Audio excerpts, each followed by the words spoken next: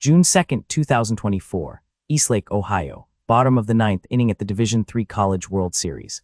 The Birmingham-Southern Panthers are one out from the national semifinals, and here's the thing you need to understand about the men standing on that field. Their college does not exist, not metaphorically. Legally, financially, institutionally, Birmingham-Southern College ceased operations 2 days earlier, after 168 years. The dorms were closing, the professors were laid off, and the baseball team was still winning. This is the story of a college that died with its cleats on, and of the 12 months of paperwork, politics, and one man's signature that killed it. Collapse File Number 2, the college that died mid-season.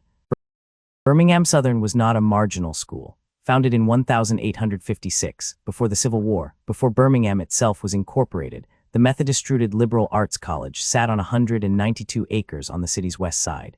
It produced Rhodes Scholars, judges, and bishops. Its baseball program reached the Division III national championship game in 2019. The college's own economists estimated it pumped $90 million a year into Alabama's economy, $68 million of that into Birmingham alone. For a century and a half, it was the kind of institution that outlives everyone who worries about it. But the books had been rotting for 20 years. Between 2004 and 2009, the endowment fell from $114 million to $73 million, battered by markets, drained by budget shortfalls, and, as later reporting documented, weakened by years of financial mismanagement that left the college deep in debt. In 2006, the board made the kind of decision that tells you everything. They pulled the athletic program out of Division I entirely, scholarships and all down to Division III, to save money. The college borrowed operating funds from a commercial bank. It dipped into the endowment to make payroll. Every year, the machine ate a little more of its own foundation. In December 2022, the college said the quiet part out loud. Without help, Birmingham-Southern would close in May of 2023. That warning bought it one extra year of life. The city of Birmingham and the North Alabama Conference of the United Methodist Church put together $7.5 million in emergency funding. Private donors gave more. President Daniel Coleman, a former finance executive who alumni described as exactly the right man for an impossible job, set a goal of rebuilding the endowment with $200 million in new fundraising. But the bridge to that future required one thing the college did not have: $30 million now. And here is where this story becomes singular. The Alabama legislature actually did it. In June 2023, lawmakers passed, and Governor Kay Ivey signed a law creating a loan program for financially distressed colleges. It was funded with exactly $30 million, the amount Birmingham-Southern had asked for. The bill's author, Senator Jabba Wagoner, was a Birmingham-Southern alumnus. Nobody involved pretended this was a coincidence. The state had built a rescue vehicle with one intended passenger. The college's survival plan was straightforward: borrow the $30 million against its campus, buy 3 years of runway, raise the $200 million, repay the state. All that remained was the application. The application went to the man the statute put in charge, State Treasurer Young Boozer III. In October 2023, Boozer denied it. His reasoning was the kind of language that ends institutions. The college, he said, could not provide first security interest in its collateral. The campus itself was already encumbered, and its restructuring plan did not adequately provide for repayment. In his words, Birmingham-Southern was a terrible credit risk. The college sued him. A judge dismissed the suit, and the strangest standoff in American higher education settled in: a rescue fund, fully stocked with $30 million, sitting in the state treasury, and the one school it was built for, legally unable to touch it. There was one move left. In 2024, Senator Wagoner went back to the legislature with Senate Bill 31, a rewrite that would simply take the loan program away from the treasurer and hand it to the state's Higher Education Commission. The Senate passed it 22-5. Then it reached the Alabama House, where a blunter question was being asked: why should public money bail out a private college at all? The bill stalled. On March 26, 2024, college leadership confirmed the votes were not there, and that afternoon, the Board of Trustees voted unanimously to close Birmingham-Southern College on May 31st. Students got the news as they left for spring break. The college had died by procedural vote, in a chamber it never sat in. Now rewind to that same March morning, on the baseball diamond. Head coach Weisberg gathered his players before the official announcement went out, so they would not learn it from their phones. The college was closing, but the season would be allowed to finish. Some players had already begun transfer paperwork. Others were finishing teach-out agreements, attending a college that existed only on paper. What happened next is the part nobody models on a spreadsheet. The Panthers went 18-4.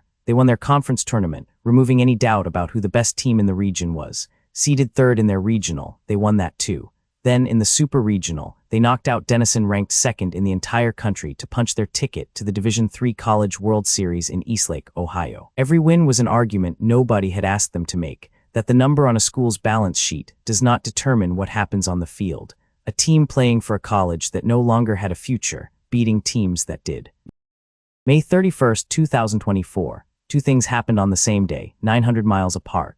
In Birmingham, at close of business, Birmingham-Southern College ceased operations after 168 years. 150 faculty were laid off. 1,300 students were released into teach-out agreements degrees to be finished elsewhere, at institutions that would still be open in the fall. And in Eastlake, Ohio, the College World Series. The Panthers took the field in uniforms bearing the name of an institution that, as of that morning, no longer existed. The NCAA had covered their travel, and lodging the school had no funds to send them. Birmingham-Southern opened against Salve Regina and lost. One more loss and the season was over. They were alive, but elimination was one bad game away. And if the date sounds familiar, it was the same May 31st on which, in Philadelphia, the University of the Arts announced it had 7 days to live. File number 1 and file number 2 share a page on the calendar. June 1st, elimination game against Randolph-Macon. Birmingham-Southern falls behind 4-0 in the early innings, a dead school, losing its funeral. They claw back, run by run, inning by inning, refusing to let the deficit become a verdict. Bottom of the ninth, down 2 runs, runner on base, and outfielder Jackson Webster steps in. The college had been officially closed for 36 hours. Webster works the count and gets to his final strike, 1 pitch from the season ending, from the whole thing being over. The next pitch leaves the park. A 2-run walk-off home run. Final score, 9-7. The broadcast call said everything that needed to be said. Are you kidding? Are you kidding? Do you believe? The dugout emptied onto the field. Players who had no school to return to, celebrating a win that kept them alive for one more day, the only place Birmingham-Southern College still existed. Now came the quarterfinal. June 2nd, quarterfinal against Wisconsin-Whitewater. For 6 innings, the fairy tale held. Birmingham-Southern led 10-5, 5 runs clear, 3 outs at time from the national semifinals. Then the arithmetic, the thing this whole story is about, came for the scoreboard too. Whitewater scored 2 in the 7th, 3 more in the 8th, the last 2 on a home run that tied it 10-10. The lead that had looked like a cushion was gone. Bottom of the ninth. First pitch, Whitewater's Sam Patton hit a walk-off home run. Final, 11-10. Several Panthers stood frozen in the outfield as the ball landed, not moving, not reacting, just standing in the place where the season had just ended. And then they did the last official act in the history of Birmingham-Southern College. Players and alumni lined up along the third baseline, walked off the field hand in hand, and tipped their caps at 7:48 in the evening on June 2nd, 2024, to a school that had already been gone for 2 days. What that walk meant is what this whole story has been building toward. Here is what makes Birmingham-Southern the most instructive file in the drawer.